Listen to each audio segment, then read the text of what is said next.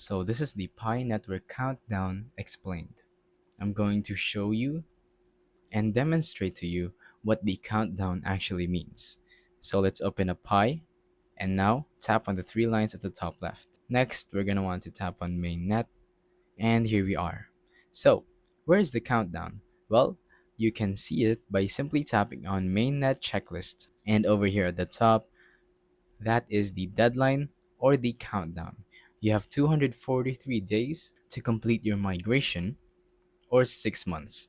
So what does this actually mean? Well, as you can see, my timer is paused because I am ineligible to start my KYC. So what this basically means is it's a deadline or a countdown, and you have to complete your KYC or your identity verification before this countdown goes down. If I tap on that question mark over here, it says failure to complete your KYC and mainnet checklist will result in the permanent loss of all Pi and Pi bonuses accumulated prior to the grace period.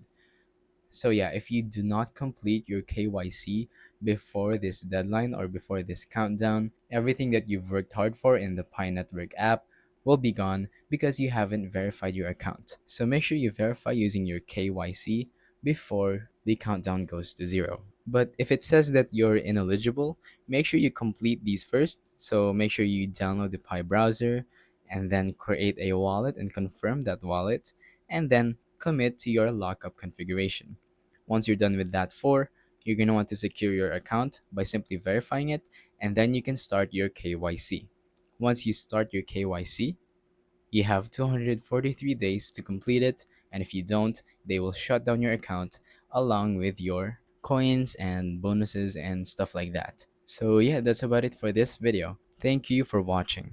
Don't forget to leave a like, subscribe, and let us know in the comments down below if the tutorial worked or if you have any questions. Thank you and goodbye.